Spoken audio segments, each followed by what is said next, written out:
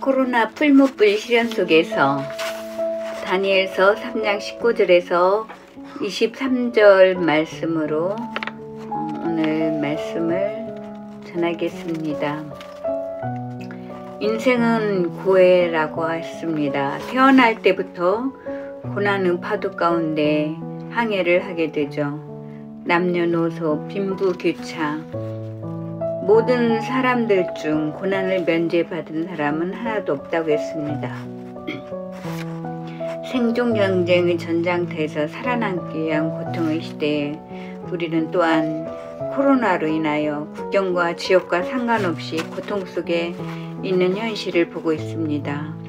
교류가 끊기고 사회 전반적인 고통 가운데 풀무불과 같은 고통스러운 사회가 되었죠.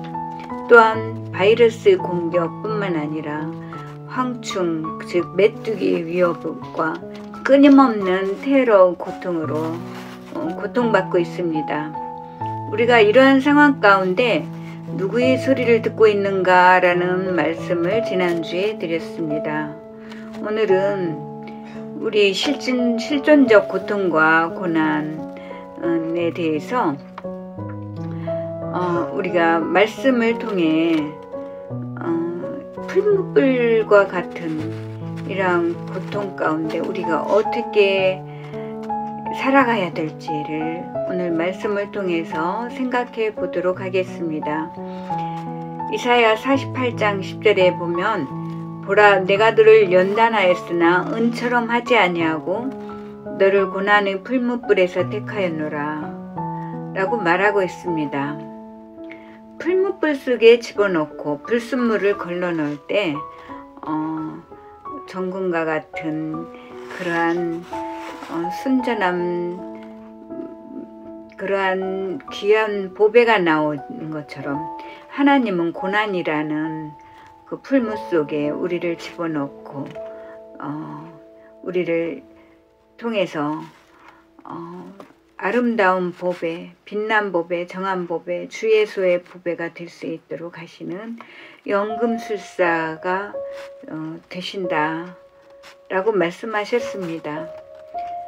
요즘 우리가 전도도 할 수 없고 신앙생활 자체가 어려워진 상황입니다.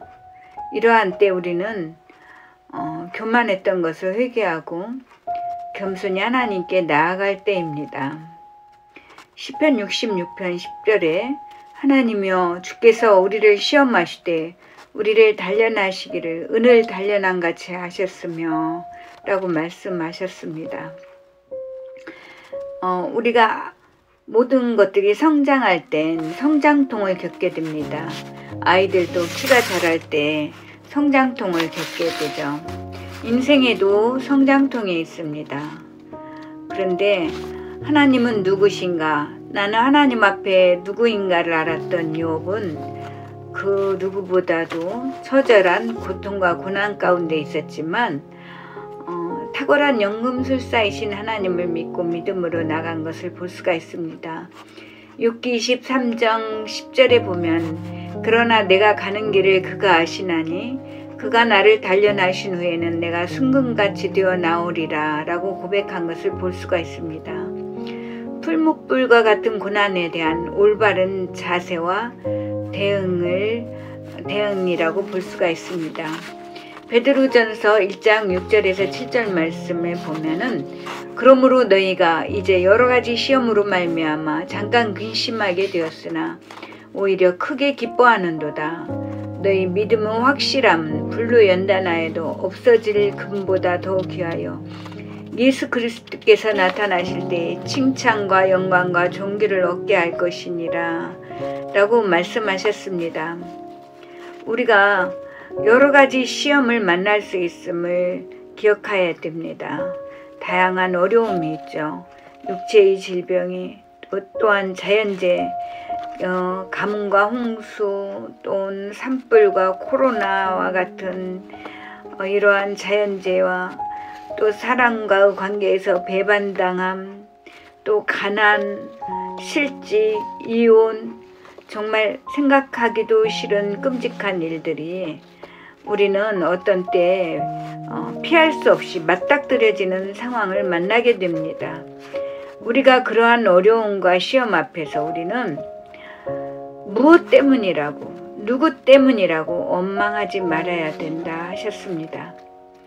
성경에 골리앗 앞에 선 이스라엘 군대와 다윗을 비교해서 말씀해 주셨죠. 이스라엘 군대는 골리앗 앞에서 정말 메뚜기처럼 벌벌 떨고 있었지만 다윗은 너는 칼과 단창으로 나오거니와 나는 만군의 여호와 이름으로 나아간다 라고 믿음으로 나갔을 때 골리앗을 무너뜨릴 수가 있었던 것을 볼 수가 있습니다. 우리가 믿음을 소유할 때 잠깐 근심할 수는 있으나 하나님이 해결해 주시는 것을 볼 수가 있습니다. 고난이 없으면 영광도 없다고 했습니다. 우리는 예수님 때문에 잠깐의 고난을 겪지만 영원한 영광을 누릴 것이기 때문에 우리는 이러한 모든 것들을 지나가기를 믿음으로 기도하며 기다려야 될 것입니다.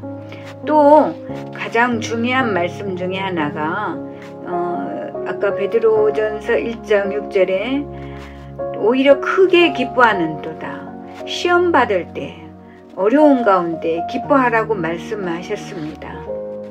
또한 시편 119편 71절에도 고난받는 것이 내게 유익이라 내가 주의 인례를 배웠나이다. 우리는 그 고난의 현장 앞에서는 도대체 이러한 말이 이해가 되지 않습니다. 어떻게 고난받는 것이 내게 유익이고 그 고통스러운 상황에서 기뻐할 수가 있나. 그러나 하나님을 사랑하는 자, 곧 부르심을 그 뜻대로 부르심을 입은 자들에게는 모든 것이 합력하여 선을 이룬다는 말씀을 믿고, 또한 베드로전서 4장 12절과 13절에 사랑하는 자들아 너희를 연단하려고 오는 불시험을 이상한 일 당하는 것 같이 이상히 여기지 말라고 했습니다.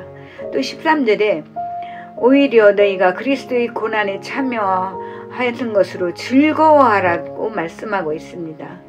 이는 그의 영광을 나타내는 때에 너희로 즐거워하고 기뻐하게 하려 함이라. 우리가 그리스도의 고난에 동참함을 기뻐할 수 있어야 된다고 했습니다. 우리는 이러한 고통과 고난의 때에 이것은 바로 하나님의 음성을 들을 수 있는 확성기라고 생각하고 주님의 음성을 듣도록 노력해야 됩니다. 또한 하나님께서 원하시는 것은 우리가 겸손하게 회개하고 나가기를 원하십니다. 요즘 종교다원주의가 얼마나 우리를 위협하고 있는지 모릅니다. 또한 인본주의는 어느새 많은 교회에 파고들어서 교회가 큰 어려움을 겪는 일들을 많이 볼 뿐더러 우리 개인적으로도 기복신앙에 젖어 있지는 않았는지 스스로를 돌아볼 수 있어야 되겠습니다.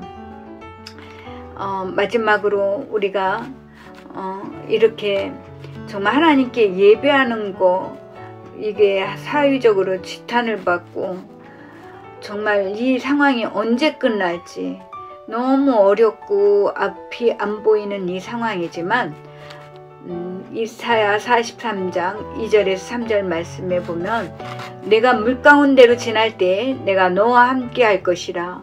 강을 건널 때에 물이 너를 침몰하지 못할 것이며 내가 불 가운데로 지날 때에 타지도 아니할 것이요 불꽃이 너를 사르지도 못하리니 대저 나는 여호와 내 하나님이요 이스라엘이 거룩하니요 내 구원자임이라 라고 말씀하신 주님의 말씀을 붙들고 기도하며 하나님 손 붙잡고 믿음으로 갈 수 있기를 바랍니다. 주님의 발자국 소리를 듣고 우리 또한 믿음의 발자국을 남길 때 우리의 발자국을 따라 우리의 자녀들이 또 우리보다 믿음이 약한 사람들이 우리를 따라올 수 있을 것입니다. 어떠한 상황에도 낙심하지 마시고 우리가 하나님의 그 시련의 그 깊은 뜻 가운데 우리를 온전하게 세우기를 원하는 하나님의 사랑이 있다는 것을 기억해야 될 것입니다. 아멘.